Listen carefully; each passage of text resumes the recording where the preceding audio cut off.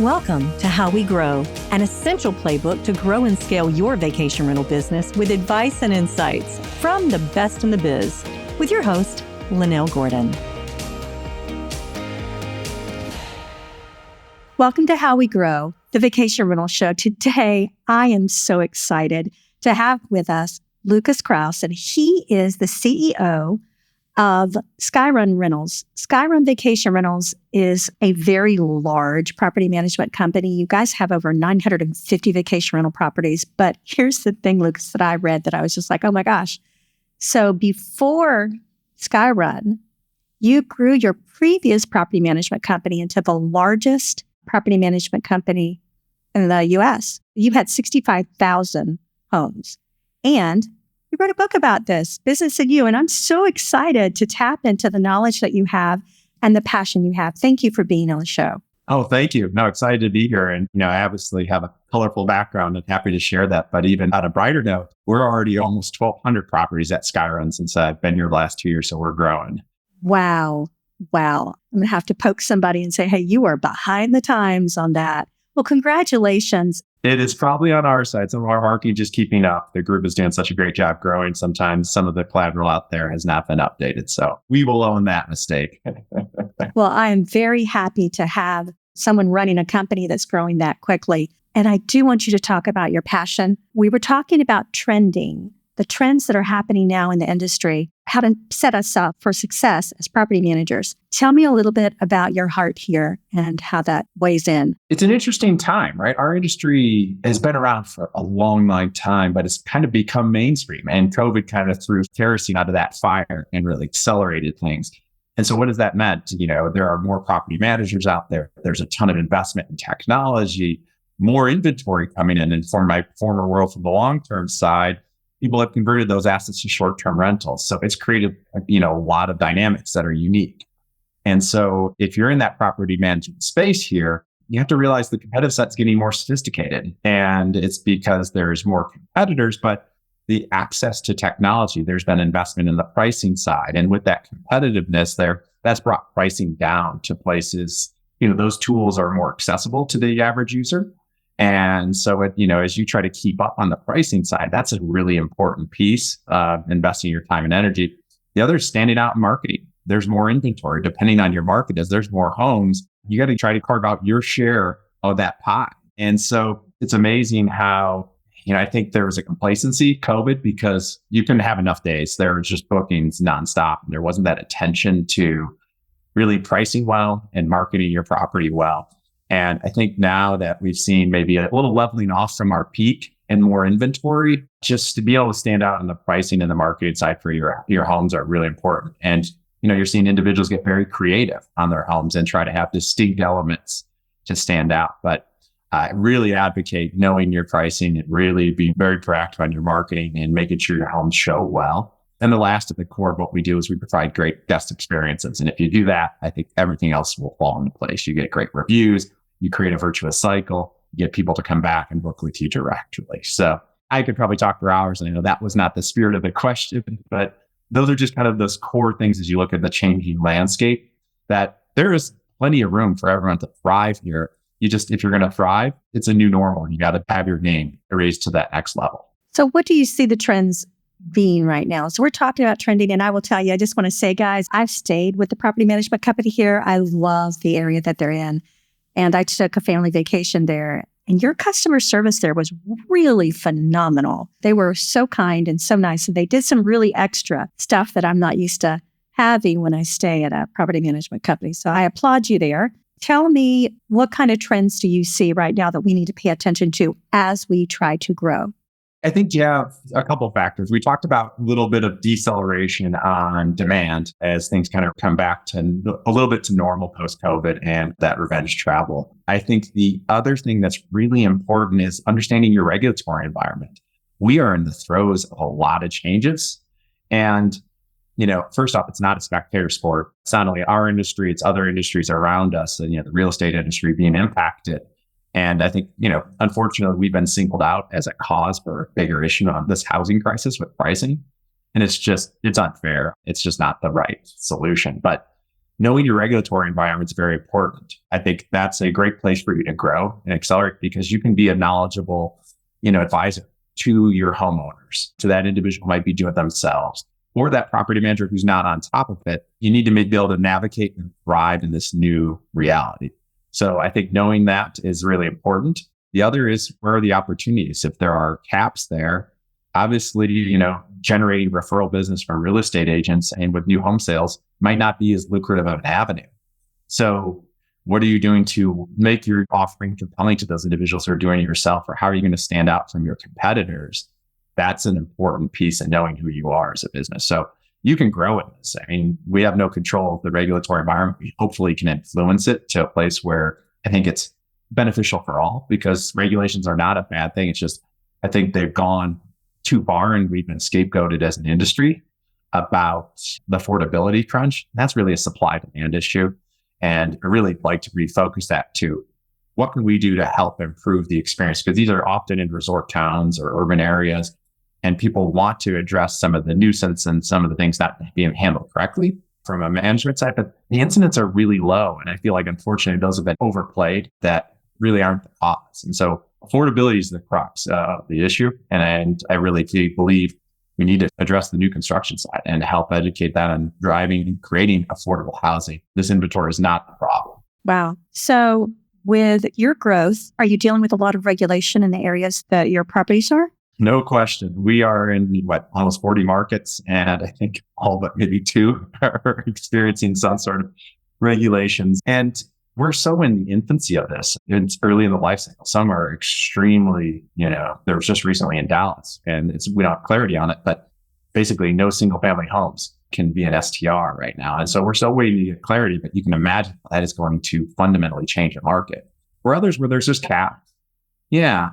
And other markets, they're just maybe caps. Others where there's nuisance complaints and, if you get multiple violations. Others, they're just really trying to, make sure they're collecting their tax base. And again, I think we're paying more than our fair share on that. As you look in general, we are being taxed. And our homeowners are being taxed almost like commercial properties and not have the rights to treat it like a commercial property. So it is interesting, and we're very active, and we encourage, the industry to get active and to pull in your homeowner base, pull in the realtor associations. There's strength in numbers, because I think there's a lot of misconceptions out there about our industry and our impact. And it's unfortunate, because I believe we've been scapegoated. No, we definitely have. There's not been a question. And it's been that way, though, since we came in, and the airline industry treated us like the redheaded stepchild. So, and I'm sorry if that's a bad allegory. I love redheads, just saying my husband is. So, so that's not against redheads. That's something about our age. I know the Orphan Annie reference. Exactly. But with the regulation aside, okay, so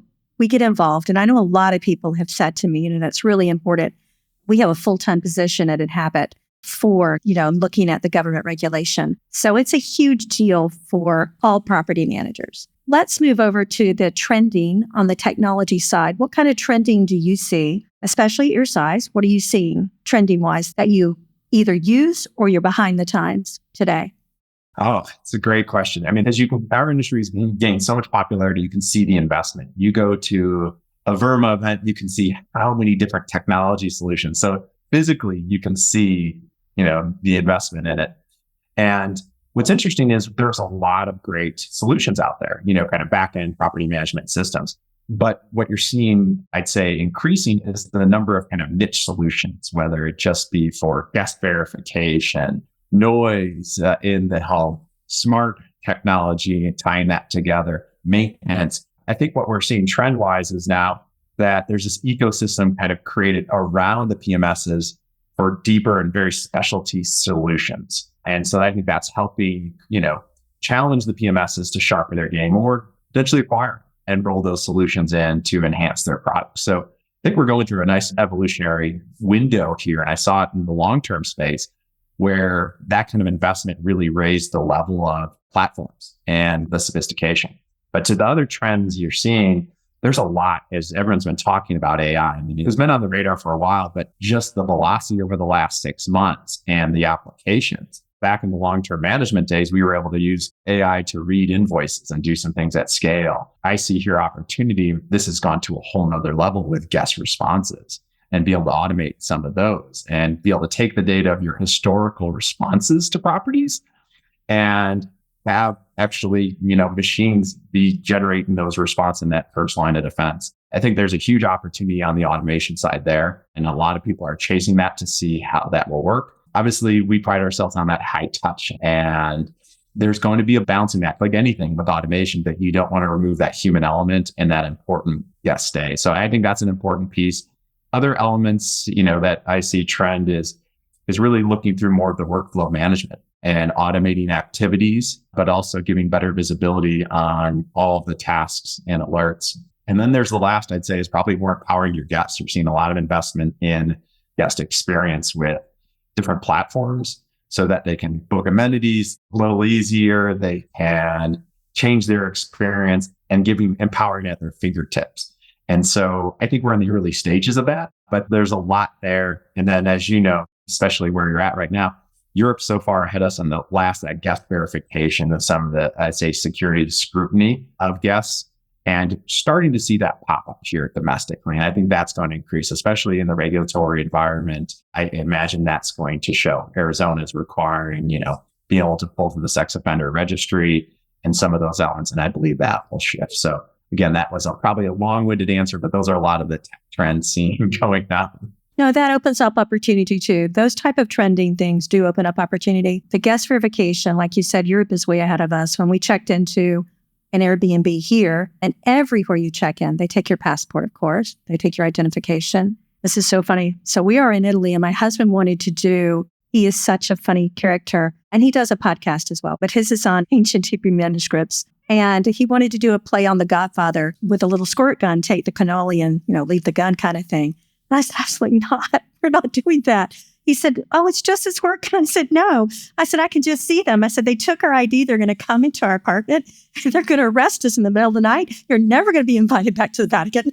I said, we're never going to be allowed back in Italy. No, I think it easily could go that way. I mean, honestly, somebody sees you, they follow you to where you're staying. They look to see who's staying in that apartment. I mean, seriously, it's a really good thing on a lot of levels too. And the sex offender thing is really exciting to see as well. So it's come a long way from, we're not going to have anybody that is underage staying in our vacation rentals. Well, I'm looking forward to the crossover episode with ancient Hebrew manuscripts and property management tying together. You guys will have to figure that one out. That's how that ties together. Yeah, no kidding. Everywhere I go, I have friends around the world that do property management. So we have dinner with them and they're always impressed. They just want to sit and talk with him all night, which is fine. He's a pretty fascinating guy. It actually goes together really well. I told him the places that we go as property managers, we go to Vegas. We may go to an international convention once a year, but we go all over the world with his stuff. It's really cool. Built by property managers for property managers. Streamline is a powerful software that gives managers enterprise-level capabilities to drive more revenue and improve operational efficiency. Migrating to Streamline allows property managers to gain functionality while reducing the need for multiple vendors, improving flow by logging into a single system and reducing redundant technology costs. With Streamline, property managers achieve revenue lifts by leveraging our fully fledged communication center, reservations quoting system, revenue management tools, homeowner acquisition CRM, and powerful direct OTA connections. Streamline also has industry-leading trust accounting and report capabilities to give you clarity in an overall company performance. Learn more about Streamline Vacation Rental Software at streamlinevrs.com. So let's talk a little bit more about trending and some of the things that you guys are doing that you're using to help you build your business. Going from 950 to 1,200, that's huge. That's a whole nother large property management company that you just built on top of this one. Did you do that by acquiring other locations, or did you do that through teams? Majority organic growth, the way we're looking at this. I will tell you, and this is my opinion on the acquisitions, I think the market got a little frothy. And so there wasn't a lot of value because you had groups who weren't looking at acquisitions in the same way, I'll say with like the same perspective. I mean, we're looking at any acquisition that it needs to pencil out. We can justify the return and use maybe traditional lending. And so the multiples got inflated where it probably didn't make a lot of sense. Have we been opportunistic trying to search? Yes. But I will say 98% of the growth has come through organic. And we're a little different model. We are a franchise concept. We help individuals launch their own business. And so, our whole role is actually a training support company, empowering individuals to start their own property management business in the short-term space. And I will tell you, really, it's been kind of two efforts. First, it's really enhancing our marketing. There's a big opportunity there, just as our brand, with our branding, knowing who our customer is in our segment. And not all customers are great fits. And so it's funny, you would think that would hurt you from a growth perspective of being a little more selective, but it's quite the contrary. If you know who you're targeting, you can get very focused. You can speak directly to them. And your model works well. You're not bogged down with, I'd say homes or clients that are not a good fit. The last is really proactive hunting. Our industry is back to getting more competitive. Historically, it was really passive activities. Have a website, do some postcards, and sit back. But getting business developers out there and having them, network with realtors, knocking on doors, meeting with do-it-yourselfers, and really sharing the vision of what we're trying to do and how we can help them is important. And so I think that proactive effort has been the biggest game changer for us. And we've invested heavily in training on our teams to really create, hopefully one of the strongest sales forces out in the country, because I do believe that's going to continue that trend. At least for us, organic is going to be the growth vehicle. Acquisitions are going to happen, but just as we did in my previous role, growing it to about 65,000 homes, it was the same thing. It was overwhelming majority was organic. I see the acquisitions for us as just additive, but it's not the core strategy. Wow. So you've said, and I'm going to quote you on something that someone gave me this morning. You said that it can be challenging to balance as you grow, because when you're growing at a certain scale, it's a lot to keep up with. Well, I think you're right that no matter what scale you're growing at, it's almost always hard to keep up if you're growing at the kind of pace that you have. How do you ensure that you stay cohesive and you get that consistent quality that you're talking about while you're growing? How do you do that? How do you keep that balance? It's a great question. If you think about it, first off, you have to prepare mentally for what you're about to go through. Mental, emotional growth can be a great thing. It's the most expensive thing you can do. And if you're doing it right, because you need to continue to invest and get in front of it with your team. But, going back to what makes you good, one of the things we take a lot of pride in is our guest experience. Our system average with over 600,000 individual guests is 4.8 stars out of 5 on guest reviews. But that's kind of the core identity of who we are. And so it helps if you find the right people who fit the culture. Because that's the other thing too, as you're growing, it's really easy to maybe get lax on some of the cultural elements. And if you're really a service-based brand, you need people who are passionate about that service side. And, culture could evolve, but you have kind of those core tenets that make you great. And heading back to, we said, who are your homeowners? What's your identity? And staying true to that is such an important piece as you try to scale, because it's different for everyone. Some people are getting super high end, and that is great. But if they try to because they want to grow, they add a lower end home, right? A little more value condo. Guess what? That probably doesn't fit their model, and they're probably not going to provide the right experience because they're staffed for this higher end. And the last thing is, I think often is knowing what your value is. People will often, as industry get more competitive, try to pull the price lever down and compromise in condition because I have to compete. Well, if you're providing a high-end product, you shouldn't be the low-cost provider. Truly, if you're going to provide a high-end experience or service, you can't be the low-cost provider. It's like burning the candle at both ends. You're eventually just going to dissipate. And a lot, I imagine, of the audience and everyone, it takes pride in providing great experiences. Guess what? This is a hard business, and you need to staff it well. And if you compromise on your fees and your rates, you're going to make it very difficult for you to ultimately succeed and provide that great experience. You're going to have to compromise somewhere. And I think that's a challenge because the last part of this, as you grow, your flaws start to show. And so it's like you have to be adaptable because those things you could get away with at 20 properties become a real big problem at 50. You get to 75, 100, they become gaping wounds, right? And painful. And so that not only requires the commitment investment, but redefining yourself from just your operations, analyzing where the bottlenecks are and committing to address them. And that's why you see people grow to certain points. It's an investment in dollars, but it's also invest in talent and an investment in your processes and your systems because you have to get more and more efficient at each step. And that's all. You have to adapt. I have seen property management companies, it's really surprising to me, back end operations, when you hit about, you said 50, I think when you hit 70, there's something special. Depends now on the market. If you're a nightly or if you're a weekly market, when they hit about 70 in a weekly market, you've got to stop doing things manually. There has to be automation or else you really hit like that plateau. I agree. There's other complicating factors, right? The size of your territory, the average length of stay that can plus or minus that. But you're right. Once you start getting that scale, if you don't have processes buttoned up and remove some of those unnecessary human interventions that have to occur, it will get very painful. And saw the same parallel in the long-term management. For that, it was usually about 300 homes is the equivalent of, I'd say, 70, where you could see that breaking point for most. And guys, don't be cheap when you get there. When you get there, create a solution. In the long run, it will allow you to grow. And that growth will more than pay for your technology solution. If you have one that automates, like you were talking about, because your back end, the operations part of it. I want you to tell me your favorite vacation rental story, either of an owner or a guest. I love these stories. It's hard because to me, it's going to be a selfish one. It's just, I think of my experience of vacation rental. So it was one of those where we went to actually Page, Utah. I don't know if you've been to Lake Powell, and it was during COVID and had not seen my parents just because of age, and to get them out there. And we were on the water and we were the only boat on the water in Lake Powell. And it was like glass mirror, beautiful. And it was just a magical experience getting to share with my family and get to see my parents just wide-eyed of the scenery there.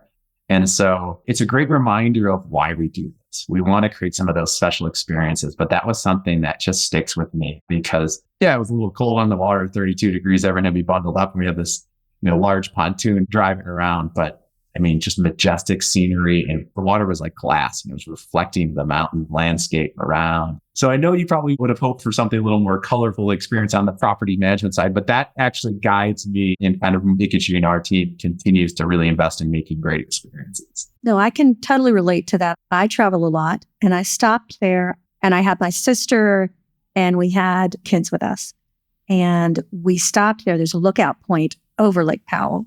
And we stopped there and I took one of the most beautiful pictures. You're right. No, I think that we work so hard in property management. We forget sometimes that it's the memories that make that vacation. It is. I mean, that's really what we're in the business, right? We're in the business of making memories. It really is. And you feel that inside. Yeah.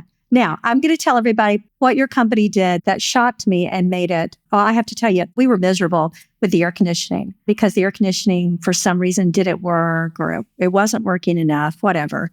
But I won't forget, when we checked in, we got a phone call immediately. I told them what was happening. They called me back. They said, we're going to send a fan. And there were already fans there. They came, they brought a fan, didn't know. And we actually checked out early. But you called me afterwards. And you were so nice. What can I do? And I was like, this is the best customer service. I would come back and rent with this company, even though the rental that I chose, that was it. I chose a rental that didn't have air conditioning. I didn't know to look for it. We were in Estes Park. That was it. But I remembered how much I loved the people. Yeah. And it's funny because, it's one of those learning through that process. If we have guests come to mountains, people come to expect air conditioning. It's kind of commonplace, but you get into some of these higher elevation, a lot of homes aren't, have that. And so depending on the market, the team does a great job of trying to front load those expectations and manage what that is going to look like, because you've seen enough after you go through it. Most people are like, oh, if you live in Estes Park, you take it for granted. Like, no, we don't have air conditioning. It typically only gets for a week or two too warm and nights are very cool. So getting back to the guest experience and front loading it is obviously an opportunity that we've really invested some time at making sure our teams know to do that. So the nights are very cool, but you can't leave your windows or your doors open, the screen doors, because there are bears. So what the heck? Like it's a catch-22. It is. The wildlife is great out there. There was a lot of it. Yeah. But it was a lot of fun. It really was. Now, you've been doing this for a long time with very large companies. And if you were going to look back on your younger self when you first started into property management, what advice would you give yourself? It's interesting. I don't know if I could ever really prepare myself for what I was going to get into. But to me, it is about continuing to have that passion, kind of anchoring back to what is important, what you're trying to do. And been fortunate, lead a number of great companies. And our core tenet is make dreams possible in our business. And I think that really helps guide us because these businesses are tough. We do get a chance to celebrate wins, but they don't happen nearly as often as the issues because people aren't calling you to compliment. And so you savor those wins, but also remember why you're doing this, what you're doing this for. I feel really fortunate we're in an organization that we get to help people kind of make this dream of starting their own business possible. And those individuals get to help homeowners who have maybe the dream of having that second home, but they can't afford it. And unless they rent it out for when they're not using it. And so that usually kind of guides us. So my advice, again, is probably a friendly reminder of take those wins, but also I always anchor back to why you're doing it. Because there's long days, there's tough days. You have unhappy people. Welcome to the service industry. And I think that just kind of helps you get through it. It's funny, I had an ops leader who had been in property management 25 plus years when we were in the long-term space. And she had a folder of all like the rating, reviews, compliments she got. 25 years and she was a rock star. There's a few dozen things in there, but she's like, sometimes I have to go through this just a reminder's therapy. And it was a great little reminder to me. And I thought of it. I'm like, you're right. We just don't get kind of the nice pat on the back if you do things well. It's like, you should. There's such hardworking people in this space and great people. And it's just sometimes tough because you're like, you've done a lot of great things. You fixed the issues. And it's like, okay, nice job. You did your job. What? I was working around the clock, busting my tail off. So let me ask you this. There are a lot of people out there looking to grow their vacation rentals and looking to grow different aspects. If they have questions, would you be willing to take phone calls or email of any sort from people who have questions? Say, gosh, I wish I could talk to Lukas. How would they reach you? Of course. Yeah. I'm easy to find. Yeah. SkyRun.com is the easiest for our company. Any questions around that? And I'll share my email. It's Lukas, Lukas @skyrun.com. And that's SKY, guys. RUN, SKYRUN. Thank you. Yeah. I'm easy to find and I try to respond to everyone. Got obviously a high volume, but if someone reaches out to me, I'm always happy to connect and try to help where I can. I was really grateful. And I want to tell you guys, you can hear Lukas. He sounds like just a nice guy. He really is. We had a lot of trouble setting up the podcast. He's very kind and very nice. If you're going to reach out, don't be afraid. He's just a down-to-earth, really nice guy. Lukas, thank you. Thank you for being on the podcast and for being willing to give advice and to really think about the things that people might need to know in order to grow. Thank you. Well, thank you. It was a blast. And yeah, hopefully we can do it again. So. This episode of How We Grow was brought to you by Streamline. To find out more about how Streamline can help grow your vacation rental business, visit streamlinevrs.com. Make sure to search for How We Grow in Apple Podcasts, Spotify, and Google Podcasts, or anywhere else podcasts are found, and hit subscribe so you never miss an episode. On behalf of the team here at Inhabit, thanks for listening.